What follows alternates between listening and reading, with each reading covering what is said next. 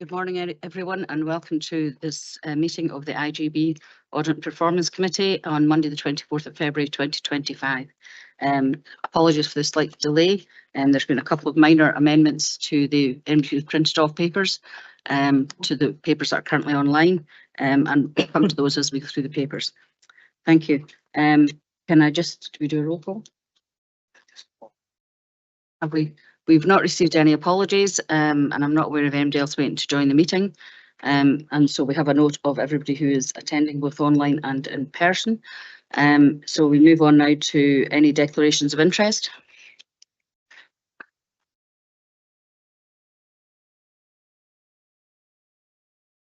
Don't see any declarations of interest, so thank you. And we now move on to the minute of the previous meeting of the our meeting on the 25th of November 2024. Has anyone got any matters or items arising from those minutes?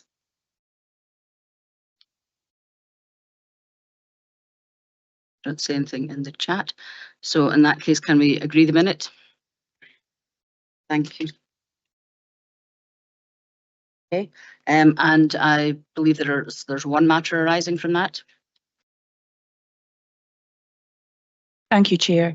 Yes, at the Audit and Performance Committee meeting on the 28th of October, it was stated that assurance on effective governance arrangements within the two of the IJB's partners, which is Dundee IJB and Perth and Kinross Council, was expected to receive by the end of the calendar year, and we can now confirm that assurance has now been confirmed for Dundee and Perth and Kinross Council, with the external auditors confirming that governance arrangements in place are appropriate and effective. Thank you. Thank you very much. I don't see any other comments or anything in the chat box to say anybody's got any other matters arising. So thank you for that. We'll now move on to item 4 on the agenda, which is performance, and I'll call upon Chris to introduce the key strategic performance indicator report for Q3. Thank you, Chris. Morning. Thank you, Chair. Thanks for the opportunity to introduce this paper. This is a routine high-level performance update report to the Audit Performance Committee to consider, and it covers the period to the end of Q3 of this financial year. The main messages are that emergency admissions have increased by 1.8%, which is a slight decline in performance from last year, but they have in fact improved from Q2 to Q3. This can be seen in the improving trend, particularly across the 65 plus population. Occupied bed days performance has improved from last year by 2.5% and by 2.7% between Q2 and 3. Readmissions performance has declined from last year by 4.9%, but has improved by around 1% between Q2 and Q3. We know that the number of people affected by readmissions is relatively small. However, clinical colleagues continue to review the effectiveness of the review process, which is undertaken when someone is readmitted, to see where any improved decision making could have taken place. Variances in performance against this indicator can also be attributed to how readmissions are calculated, and that must be borne in mind by the committee. The rate of people being admitted as a result of a fall has also improved by 7.2% from last year and 4.3% from Q2 to Q3. Delayed discharge performance has declined from last year overall, but has actually improved significantly by 4.3% from that which was reported in Q2 into now Q3. Care opinion feedback from people that use health and social care services has remained stable, with an increase in the score of 0.1 in terms of the rating provided by people that have reviewed services. So in summary, the overall performance against the indicator set is very good and has improved from Q2 to Q3. And I'm happy to take further questions on the paper following that brief introduction. Thank you very much, Chris, for that report. If anyone has any questions in the room, can you let me know? And anybody who wishes to raise a question who's online, if you can put Q or raise your hand in the chat box, that would be great. Thank you. Any questions in the room? No. Any questions from our colleagues online?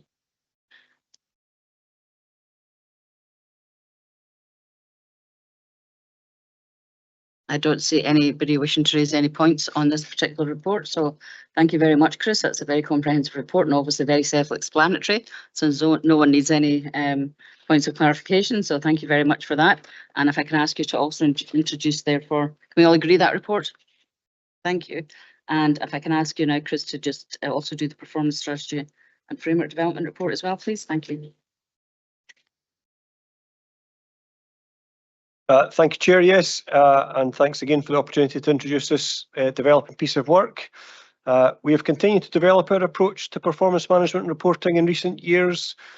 Briefly, this has taken us from a position of what was effectively ad hoc reporting on specific topics or pieces of work to a much more systemic and consistent routine reporting to this committee and to senior management teams, covering quantitative and qualitative data and narrative from a range of sources.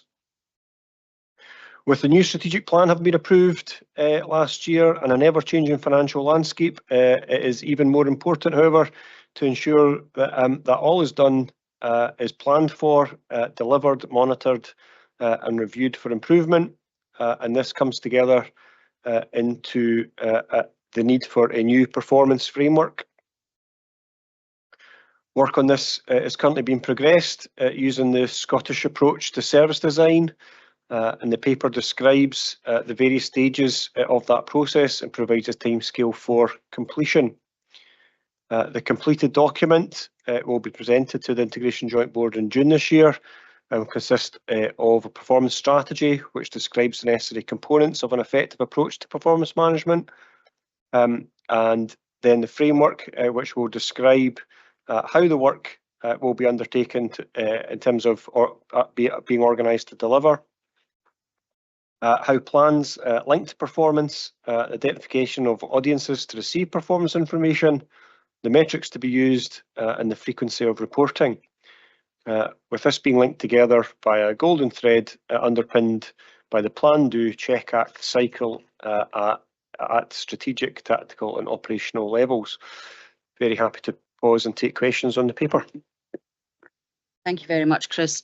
As before, if there is anyone in the room wishes to raise a question or seek a point of clarification, can you please let me know now? No, no one.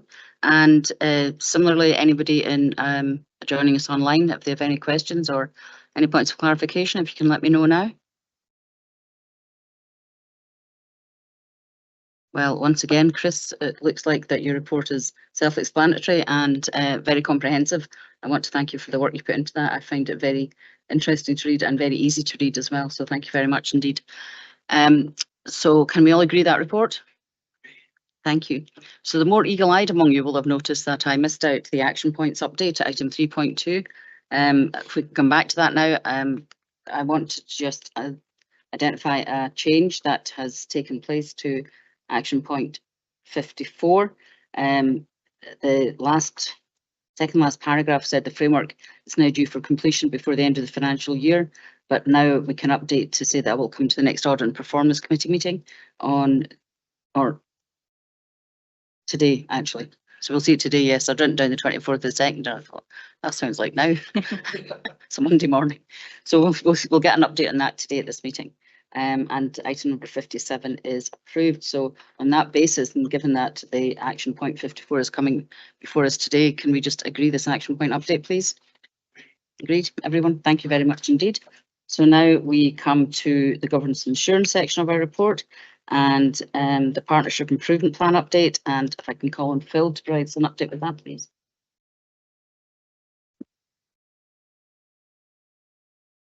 Thank you very much, Chair, and good morning, everyone.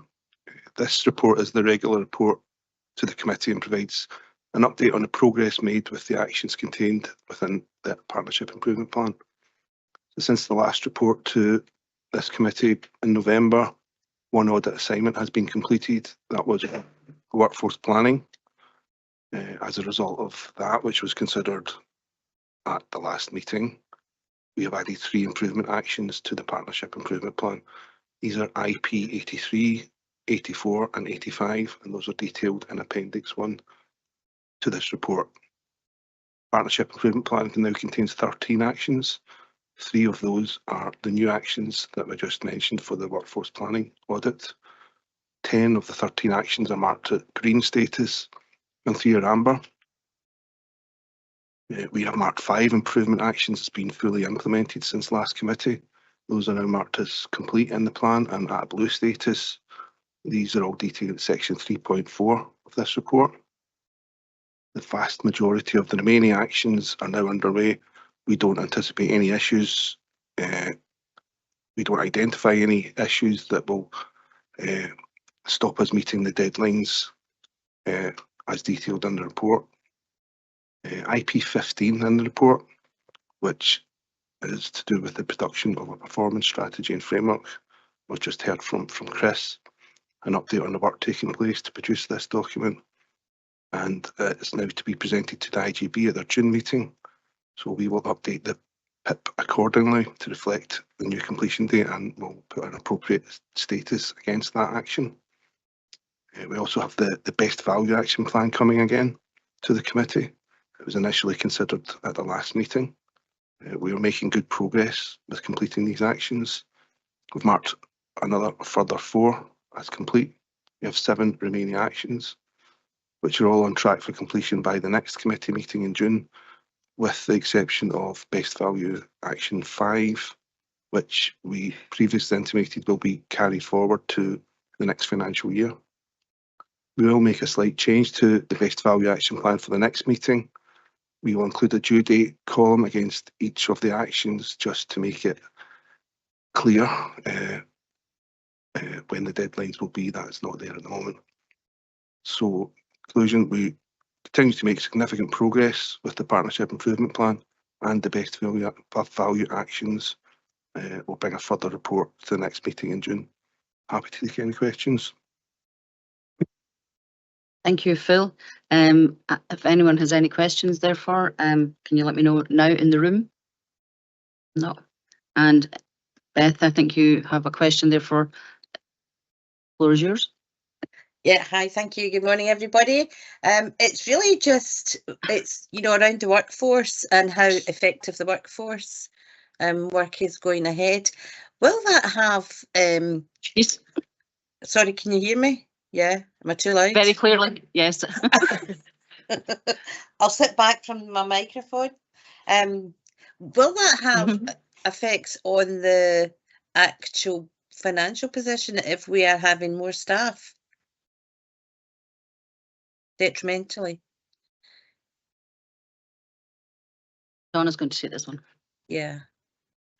Thank you, Beth.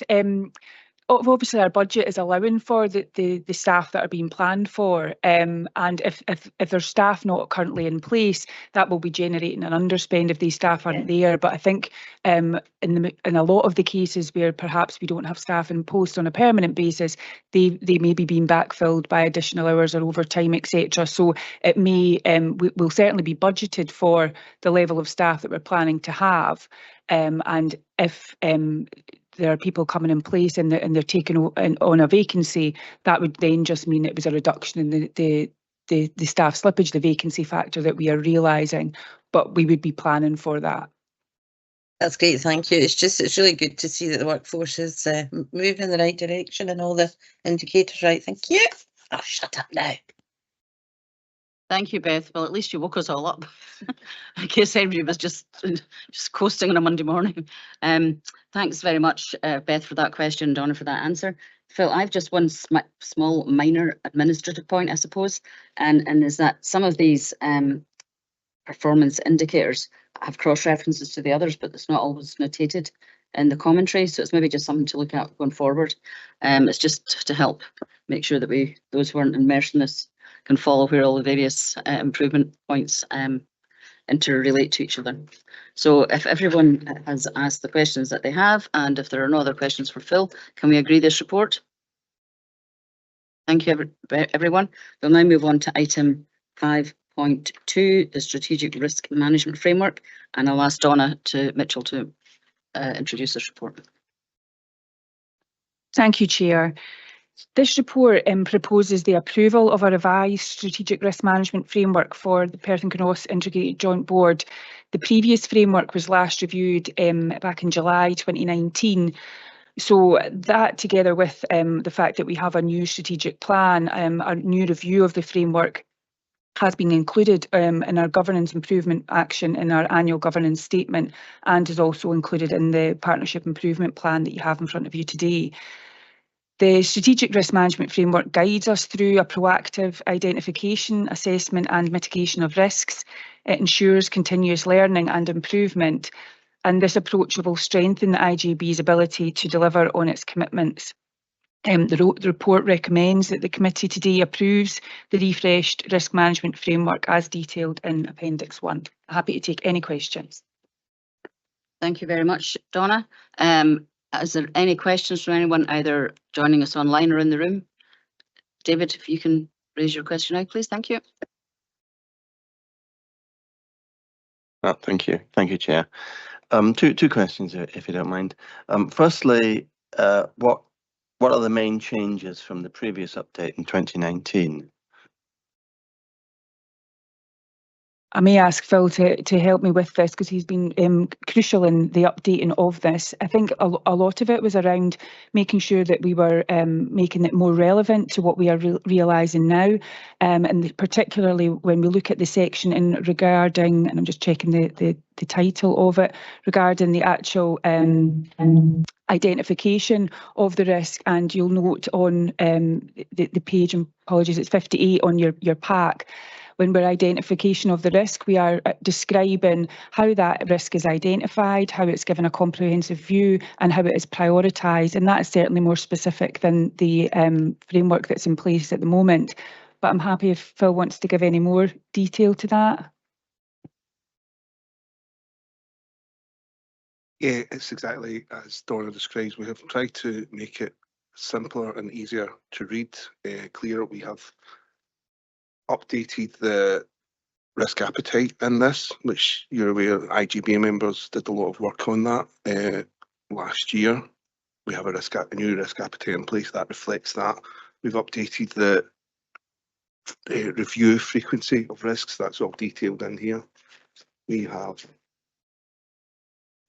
put a new escalation process in. The previous risk management framework, the escalation process was a bit out of date, so we've made that much clearer in the new strategy, and an easier to read document, I think.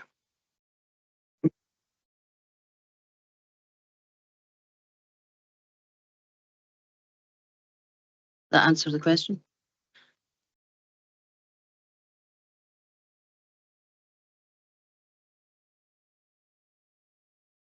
Okay. Yep. Thank you. Thank you for that clear explanation. And question that came to me when I was reading through this was, is this greatly different to the risk management process that any other large organisation would go through?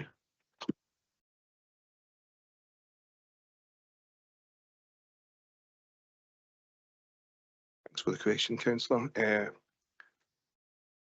No, I wouldn't say it is. We've taken a lot of learning from other IJBs, other local authorities, and the private sector as well, to make sure that we include all the things that these large organisations include.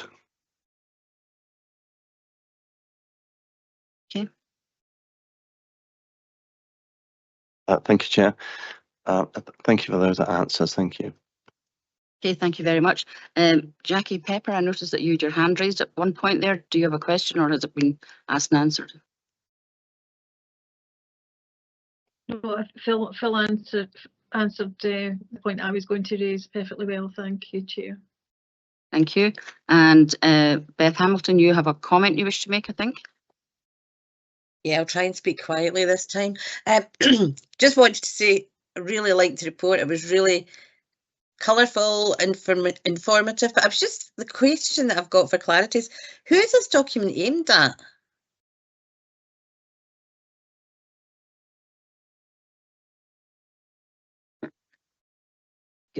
Donna, can you answer that, please? Thank you. The document is aimed at anybody that's interested in the organisation's governance, I would say. So anybody, the main purpose of us having this is that so that we can meet our strategic objectives. That's the purpose of this, so that we are best placed to meet our strategic objectives. So those that are most interested in our organisation's success would be aimed at reading this document. So that's all members of the IJB and the public in the main. Right, that's great, because it's a really good document. It's got that nice balance between a bit of detail and being a bit superficial. So I was wondering, is it for us within the working environment of the IJB, or is it much wider audience? Because it could be of value in a much wider audience, I think, for information and knowledge. Thank you. I think you're absolutely right, Beth, and it's in the public domain, I guess, for a large part of that reason. Whether or not everybody's aware that it's available to them is a different matter entirely. So that's perhaps something we can have a look at and make sure that people do know that it exists and it's there for everyone to see. Thanks, Beth. Yeah, and I could also just assure Councillor Illingworth that this is very similar, only I think a bit clearer in this document, as the Tayside and Dundee, that both of which I had been involved with. So I think we're all pretty much working in the same direction. Okay, thank you. I don't see any other comments, questions or raised hands. So in that case, can we agree this report? Thank you.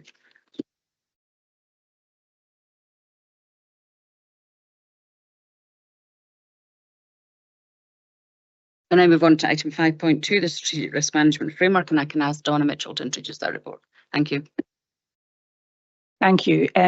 So this report is the Strategic Risk Management Update, and this report will provide the IJB with an update on the strategic risks, and it presents the Strategic Risk Register for approval today. Since the last committee meeting, the senior management team has reviewed the risks, and this has resulted in no changes being made to the level of risk faced by the IJB. However, the risk concerning the whole system approach to mental health and wellbeing has now been fully developed and is included in the risk register for the first time. This has been assessed inherently with a score of 25 and residually as 16 once controls have been applied, and this is a priority 1 red risk. There is one anticipated strategic risk titled Service Demand and Capacity that's not yet fully defined. And while this was expected to be ready for this meeting, other priorities have caused a delay, but this risk will be finalised soon and added to the risk register promptly. The move towards PK Performance and Risk Platform, has been paused from a risk point of view, and this is unfortunately due to some unexpected absence, but this will be picked back up in the near future and is anticipated to be in place by the time of the next committee meeting in June. Members are asked to note the work of the senior management team and to approve the updated risk register, whilst noting that one further identified risk is still being developed. Thank you. Thank you, Donna. As before, if anyone has any questions in the room, can you let me know, please? Councillor Illingworth, thank you. Thank you. What benefits do you think the PK Performs software will bring to this process? Thank you. That's a good question, and I may call on either Phil or Chris to help me with this answer because they've been involved in the establishing of it. I think mainly for us, it'll ensure that we are reporting in a consistent way, that we're able to bring reports to you that show consistency, and that the management team are working towards a framework and are prompted to update and report on risk concerns and risk actions in a consistent way. But I would ask either Phil or Chris to help support that answer. Thank you. Thanks, Donna. Chris? Chris, do you want to come in that? Oh, Phil? Okay, I can't see Phil. Thank you. Yeah, PK Performs is a bespoke platform that will provide access from a risk point of view for risk owners to access the system, provide their updates directly rather than coming via a sort of person dependent point, which is happening at the moment, i.e. me. It'll provide consistent reports as opposed to using Word and Excel at the moment, which is what you see here. It'll be able to output that. We can tailor the outputs to whatever Audit and Performance Committee or IJB want. So, and it will link with performance. And I'll hand over to my colleague Chris, who may be able to provide some more detail on that. Thank you, Phil. Chris, could you come in? Yeah, thanks, Phil. Yeah, so the PK Performance platform is a Perth Cross Council system, but it's open to the partnership, and we would use it in an integrated way. There's effectively three main components to it. One relates to strategy, so it's about setting out within that system the overarching strategy of the organisation and supporting strategies that sit below that. And then there are two elements to it that sit below that, which is then it's full referenced in relation to performance and in relation to risk. And it creates the opportunity to link those things together in a way that, for example, if you're taking an improvement action to improve a particular risk, for example, that can then be linked to, for example, an improvement action to improve a piece of performance or to progress the delivery of a strategy. So it creates that more connected way of linking strategy, performance and risk together. Thank you. Does that answer your question, Catherine? Yep, thank you. Thank you. I don't see any other questions or comments. So can we agree this report, please? Thank you very much, everyone. So now we'll move on to item 5.4, which is the internal audit progress update. And can I call on Jackie Hart to introduce that, please? Thank you. Thank you, Councillor McCall. This report presents the progress with the internal audit plans for the IJB. You can see from this that's been good progress being made over since the last Audit and Performance Committee. The report for 2022-03 premises and property assignment has been circulated and is in the process of finalisation. Assignment 2303 in relation to the joint equipment loan store, that's almost complete.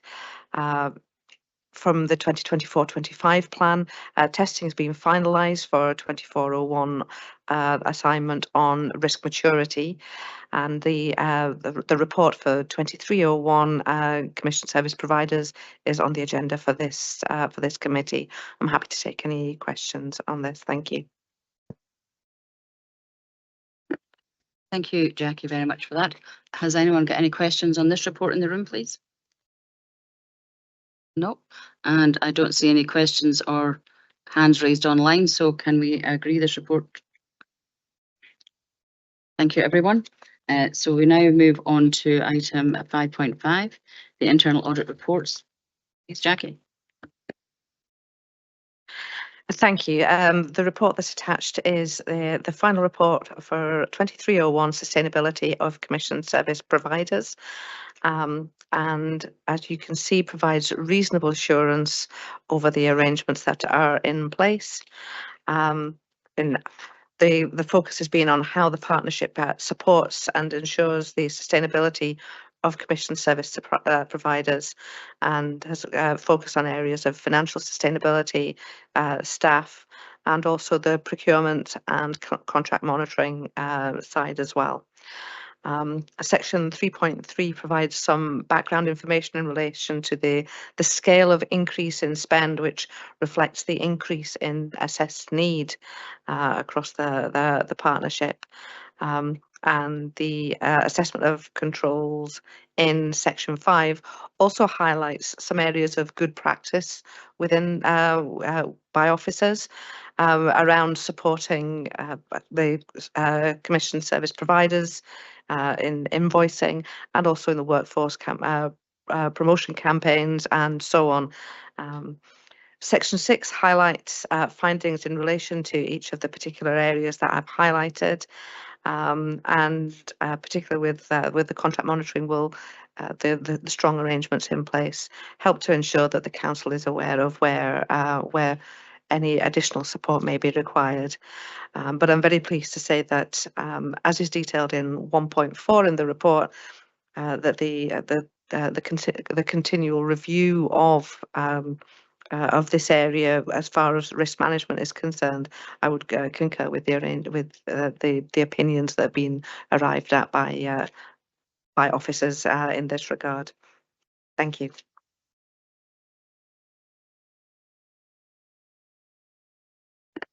Thank you, Jackie. Sorry, I had a little bit of a glitch, it would seem, with my microphone. Does anyone have any questions or any comment, Councillor Illingworth? Thank you, Chair. You mentioned 4 actions needing to be taken. Have those actions actually been completed yet? Thank you for that. There's actually a typo in section 5. Sorry, in the executive summary, which says 4 actions. That is actually 2 actions, and they're on the action plan. And I'm aware that there has been some good progress in those areas. So apologies for that typo in the executive summary. Okay, thank you very much. Jackie, if nobody else has any questions, I just have one question on the action plan. The first one around the delays in invoices from service providers. Is that just due? Were you able to find out if that's just due to their own internal controls, or whether or not there's some other issue around how services are provided? Thank you for that question. This is really how the services provide their invoices to us, that there can be delays, or if there's errors, be delays on those coming back to us. And it's very much that we are supporting them to try and get those invoices to us quickly, so that we can assist them with their financial sustainability. But it is a lot of work that officers within the partnership, but also within finance and business support in Perth and Kinross Council are actively supporting and taking forward. Thank you very much. I mean, irrespective of when they come in, I mean, we also have an obligation to pay on time, which I think our performance is good on that. But when you're looking at sustainability of a lot of these service providers, I think it's quite important that we try and get to the bottom of that fairly soon if we can. And perhaps there's maybe something to consider when we do go out to commission services, that we consider how their own internal controls are set up, so that they can, be both efficient in splitting invoices to us, because an impact to us as an organisation, but also to their own financial cash flow, if nothing else. So that would be something I'll be keeping an eye on. I see that Dave Henderson, you have a question you'd like to ask. Thanks, Councillor McCall. You actually touched on it there. So 6.24 relates to the provider's errors in invoicing. I recognise it was an internal audit, but was there any consideration to involving providers in this process? And my second part of the question is that this very much, and this was touched on, it relies very much on a manual system, both within the partnership, the council, and also for external providers. So I'm just wondering, was there any consideration or discussion to automating the process? Care home payments had a similar process years back, and it got moved to what's called the ISP payment system, where the partnership / council send an automated bill to the providers, and they then check and come back with any errors. I'm just wondering if that was discussed at all. Thanks. Jackie. Thank you for that question. It wasn't discussed in any great detail for these commission service providers, as this area has transitioned to finance and business resources within Perth and Kinross Council, who also have gone down the ISP route, as you say, with care homes. I'm sure this is something that they'll take forward as their process improvements. But thank you. But it's not something that we've specifically looked at for this audit. Thank you, Jackie. David, does that answer your question, or do you have a follow-up? No, that answer will do for just now. Thank you. Thank you very much indeed. I'll bring you, if it's just a comment, I'll bring you in a moment, Councillor Longworth.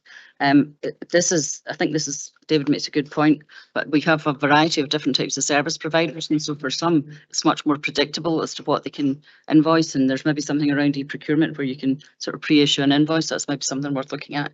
You can tell I've done this before, haven't you? But I think for other service providers where it's perhaps a little bit more flexible in how services are provided, particularly those who provide care at home, then I think it's certainly an issue that we have to be aware of and keep an eye on. So thank you for bringing that to our attention. David Illingworth, can I bring you in now for your comment? Yeah, given the significance of commissioned care to the IJB in delivering health social care to our patients or customers or service users, I think it's really great to see that we're focusing on supporting our providers in the best way we can. So, and this emphasises that point. Thank you. Thank you, David. I don't see any other comments or questions, in which case then can we agree this report? Beth, do you have a question? Yeah, just a quick one. I mean, I think it's a very good report in one sense, but I must admit I was a wee bit disappointed in that didn't seem to give me any detailed information that could help us in the vulnerability of our sector. And I'm just wondering if it is helpful for the officers, has this helped us to be able to plan to support in the current stormy waters ahead?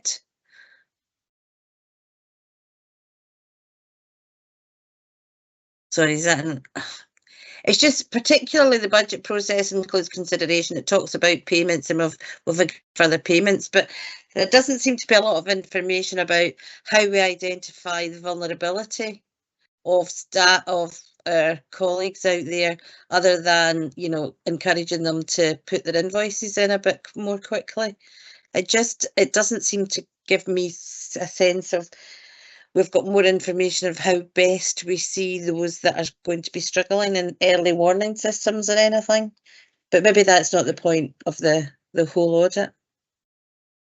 So I think probably, well, I can maybe answer that. I think the audit report is a particular scope, but if there's other aspects to that we think we perhaps need to pick up on in a follow-on audit once this particular piece is completed, then I think that's the time to look at that. We'll take a note of that, Beth. And thank you. That's okay, Jackie, if you want to add anything in. Jackie's going to add a bit to that. Thank you for the.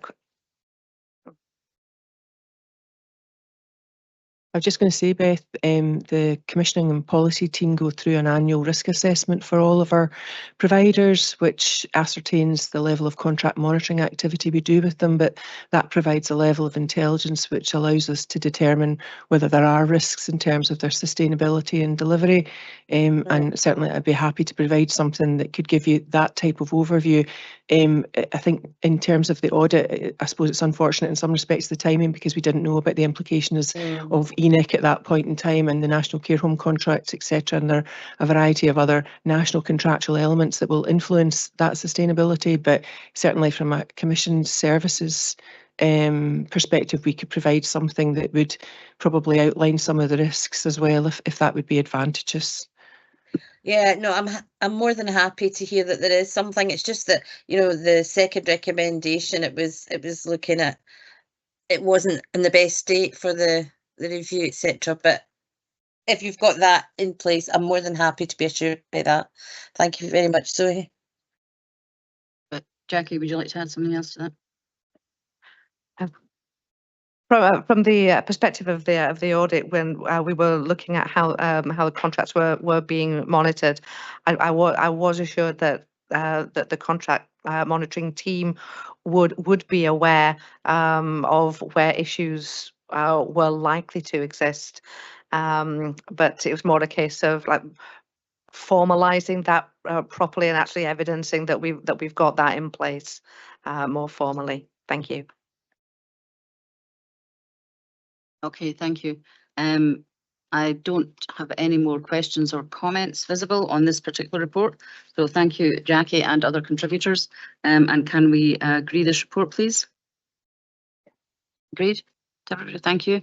We now move on to item 5.6, which is the appointment of the internal auditor. And can I ask Donna to introduce this report, please? Thank you. Thank you, Chair.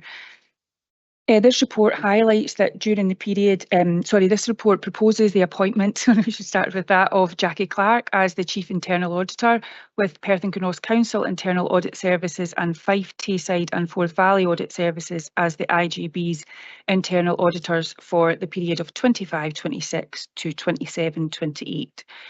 The report highlights that during the period, the last 3 years, 22 to 25, the internal audit service across the partnership, including that of Fife, Tayside and Forth Valley, has faced significant staffing challenges and recruitment difficulties. However, recent appointments have been made within the internal audit service, and it is anticipated that this improved continuity will contribute to successful delivery of the audit plan moving forward. So therefore we are asking members to approve the 3-year appointment of Jackie Clark as our Chief Internal Auditor with Perth and Kinross Council Internal Audit Service, and FTF in Fife, Tayside and Forth Valley being appointed as the IJB's internal auditors for the period of 25-26 to 27-28. Thank you. Thank you, Donna. This seems fairly straightforward to me, but I'll take any questions or comments. I don't. Councillor Illingworth? Yeah, thank you. Can I just say that it's been my pleasure over the last 8 years to work with Jackie Clark and her team. Am I taking you under here? And the Audit and Risk Committee of Perth and Kinross Council that I convene are very much looking forward to reviewing the external review of the internal audit service. So thank you. Thank you, Councillor Illingworth. Can we now therefore agree the appointment of the internal auditor as laid out in item 5.6 of our papers? Agreed, everyone. Thank you very much indeed. So we now move on to item 5.7, which is the audit strategy. And I'd like to welcome Rachel Brown here today, who will perhaps lead on this report for us, or do you want to give an introduction, Donna? Thank you, Chair. Yes, I'll pass over and introduce Rachel Brown from Audit Scotland to introduce this report. Prior to doing so, it was just to confirm to the committee that this is something that's brought to the committee annually. The approval or the note of the audit strategy of the external auditors. But I would say before Rachel introduces the report that you'll note that there is a to be confirmed part on the dates within which the completed audits will be brought back to committee, and that is because Audit Scotland are proposing to bring forward the date from last year. So last year we signed off the accounts in October, and Audit Scotland are proposing, as in the paper, to do this in the end of September. We've done some work around the dates that we could possibly accommodate, and a date of Monday the 29th of September is being proposed to committee if the committee are happy to have a one-item agenda on that date in order to sign the accounts. And if they are happy to do so, we could ask Audit Scotland to update the audit plan to reflect that. Thank you. Rachel's joined us online. Thank you. Rachel, oh there you are, Rachel. The floor is yours. Thanks, Chair. I'll just run through the plan very quickly, if I may. There's certain matters in it that I need to draw to your attention as those charged with governance. So in the introduction of the plan, it just sets out that I, as your appointed external auditor, and my team are independent of the IJB, as we are required to be under ethical standards. So we have processes to confirm that. So that's just to bring to your attention in writing that requirement.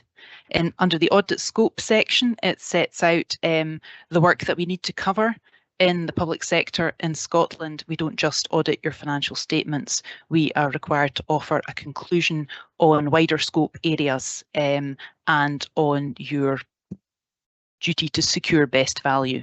So we'll have those aspects given to you in an annual audit report later this year. So that section sets out my responsibilities as your auditor and the IJB's responsibility and the committees as those charged with governance. And under the responsibilities section, I would like to draw to your attention paragraph 9. As part of our audit risk assessment and planning, we look at risk assessment and fraud risk assessment in particular. Auditors are required to consider the risk of fraud. And I would like to ask committee members, we've spoken to internal audit, we've spoken to management, to ask committee members if there's any matters in relation to actual or suspected fraud that they wish to bring to my attention at this planning stage of the audit. I will ask you again when I bring the annual audit report before I sign the audit opinion, but just as a procedural thing, if there's anything members would care to bring to my attention now, I will pause very briefly in case anybody has anything they want to share. I don't have anything I wish to share, but I do think I wish to stress the point you've made. That's quite an important item.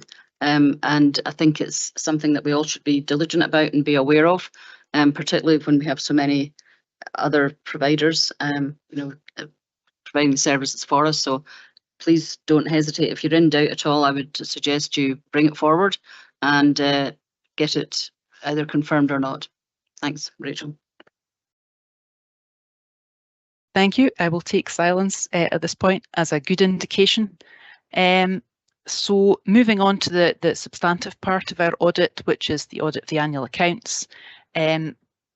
You'll see in Exhibit 1 that draws to your attention the materiality levels that I and my team are working to, which is the point at which I would ask an error to be adjusted because I consider that it's significant enough to mislead the readers of the accounts were they to be making economic decisions on the basis of your accounts.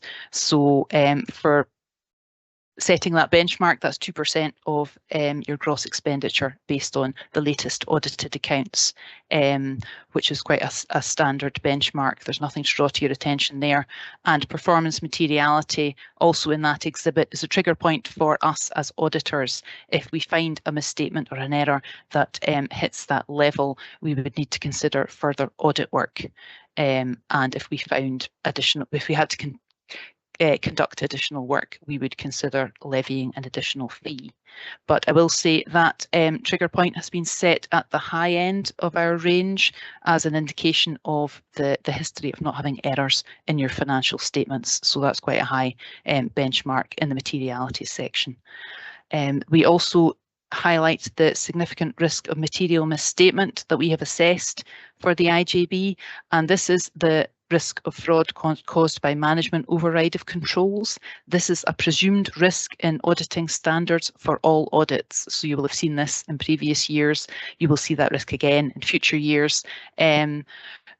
So the planned audit response to that is quite standard for an IJB audit. We are reliant on auditor assurances, which I will be providing. I am also the appointed auditor of NHS Tayside and Perth and Kinross Council. So it just draws to your attention for an IJB audit, because the systems sit with the statutory partners. We take assurance from my audit of those statutory partners, and that will be available in time for the proposed sign-off of this year's audit. We also are required to cover wider scope and best value, and page 117 of your paper sets out the 4 areas: financial management, financial sustainability, vision, leadership and governance, and your use of resources to improve outcomes, which is about your own performance reporting on how you use public funds. And I note that on page 118 in Exhibit 3, we are highlighting one risk which we will look at specifically in addition to the standard work on wider scope, which is financial sustainability, given the financial reporting of the IJB that indicates you will be using all your uncommitted general reserves, and you have a financial recovery plan in process. So it's just to draw to your attention, we will be looking at the IJB's financial reporting and financial recovery actions within that regard. I don't underestimate the challenge that you have to remain financially sustainable and working with partners who are also under great financial pressure. So that's a matter we'll report on in more detail in the annual audit report. As Donna has indicated, under reporting arrangements, timetable and fee section of the plan, we are aiming to bring that timing back within the end of September deadline. So if members are minded to hold a special committee, that would be very helpful to us. I appreciate you also have a scheduled meeting in October, so I'll be interested in what members have to say about that. In terms of the audit fee, I realise you have the next paper as well to consider and approve it, but just to say that audit fee is at the baseline minimum level for IJBs. We've not added in any extra fee or any extra work in that regard. And the final section of the plan confirms that we are in contact with internal audit. We're not planning to rely formally on internal audit's work, but we take account of everything internal audit report, including their annual report, which supports the governance statement in your annual accounts. And the plan also sets out a summary of Audit Scotland's own quality arrangements that we have to comply with, and ethical arrangements. And the last point is that we welcome feedback from the IJB and the committee at any time, either directly to me or to Audit Scotland's ethics partner, should you wish to give any feedback. I know that audited bodies receive a survey following the conclusion of the audit, so I would welcome any feedback through that process from you. And I was going to pause there and take any questions on the annual audit plan or the audit process itself. Thank you. Thank you very much, Rachel. That's been very comprehensive. Thank you. I don't see any questions from any colleagues online. Is there anyone in the room? Councillor Illingworth? Yeah, thank you, Ms. Brown. Apart from the greater emphasis on financial sustainability, is there any other significant differences to previous years' audit plans? Rachel? Thanks for the question. And no, the financial sustainability point has escalated given your own internal reporting to the IJB, but there's nothing else non-standard about the IJB audit and the assurances that we're expecting to get from the partners. Thank you, Rachel. Is that fine? I don't see any other questions or comments. So first of all, I'm going to do two parts to this. First of all, can we note and agree the report from this particular report in the audit strategy? Thank you, everyone. And can we also agree therefore that we will have a one-off special meeting to approve the accounts on the 29th of September? Everyone agreed on that? Thank you very much indeed. We'll get the schedule of meetings updated and a placeholder put in everybody's diaries, hopefully soon. Thank you very much. So now we move on to the external auditor fee, and can I ask Donna to introduce this report, please? Thank you, Chair. Again, this is an annual report that comes to committee for approval. Just to note that the audit fees are based on Audit Scotland's funding and fee strategy. And as noted in the report, in order to set the fee, Audit Scotland's budget and fees have undergone a rigorous process of review and challenge by their board in advance of submission for approval. And we've been advised that the budget includes identified efficiency savings, increased productivity, and an aim to absorb in-year cost pressures and demands from existing resources. So it was to make the committee aware that that information was provided to IJBs when the proposed fee was being set. The proposed fee for Perth and Kinross Integration Joint Board is £34,000, and this is a 1.9% increase on the base fee for last year. And we are asking that the committee approve this proposed external audit fee for the audit of the 24-25 accounts. Thank you. Thank you, Donna. Does anyone have any questions or comments on the proposed audit fee? Councillor Illingworth? Thank you. Just comment that a 1.9% increase is less than the rate of inflation, so that's very welcome. And also that we're looking forward to getting the report earlier than previous years. That's also good news. Thank you. Thank you, Councillor Illingworth. I don't see any other questions, so can we agree this audit fee? Everyone agreed. Thank you very much. We now move on to item 5.9, which is some revised terms of reference for the Audit and Performance Committee. And can I ask Donna to introduce that report, please? Yes, thank you, Chair. This report recommends the approval of a revised terms of reference for the Audit and Performance Committee. The terms of reference for this committee were last refreshed in September 2021, so as part of good governance practice, a review of the committee's terms of reference has taken place and a new version has been produced. So this new term of reference strives to provide a clearer structure.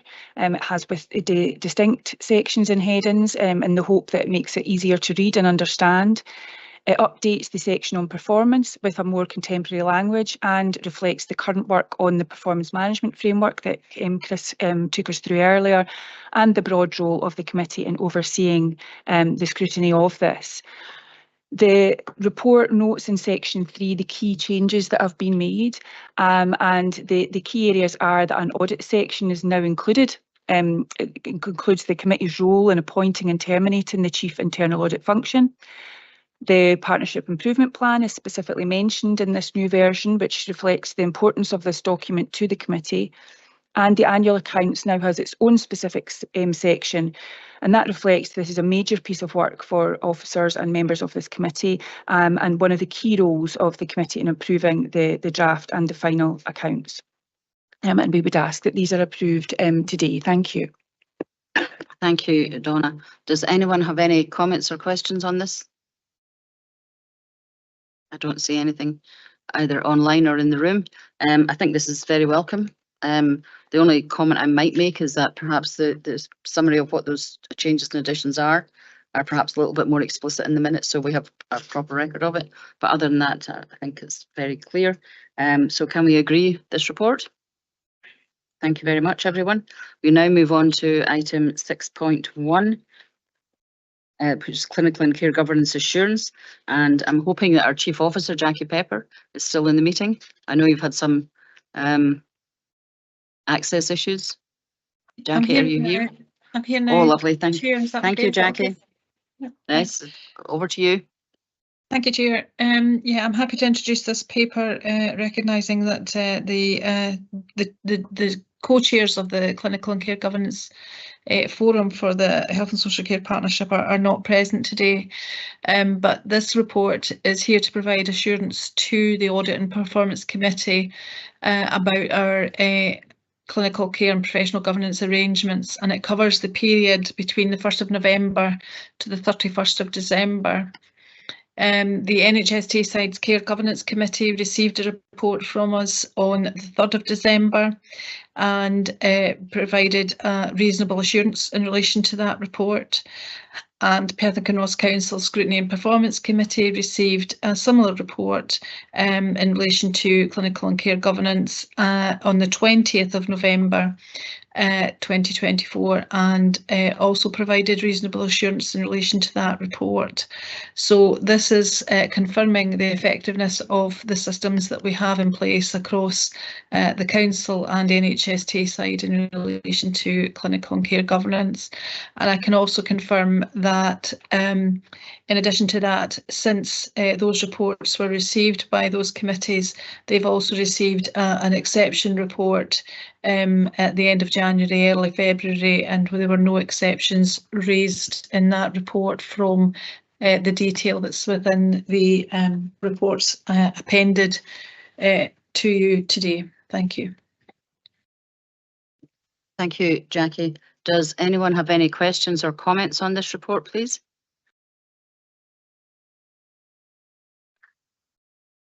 No? Okay. Well, in that case, thank you, Jackie, for providing the update to that. I think Beth would like to come in. Chair, I can see her waving. Perhaps can't use her chat. Can't use the chat box anymore. Beth, there we go. You wish to make a comment, Beth? Carry on. Yeah, sorry, I'd put the C in, but I hadn't pressed my arrow, so it hadn't registered. No, it was a very minor. Thanks for the report, but it's just very minor to confirm that it's now the Clinical Governance Committee rather than Care Governance Committee. It was changed at the last board, but just a minor point for future reference. Thank you. Apologies. But thank you, Beth. I think that is, although it might seem minor, I think it's quite important that we use the correct terminology if we can. But I don't have any, still don't have anybody else waving or anything else. So in that case, can we note the recommendations of this report, please? You noted. Thank you very much indeed.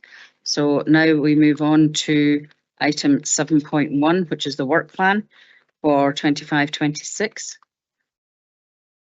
Does anyone have any comments or questions or points of clarification to the work plan?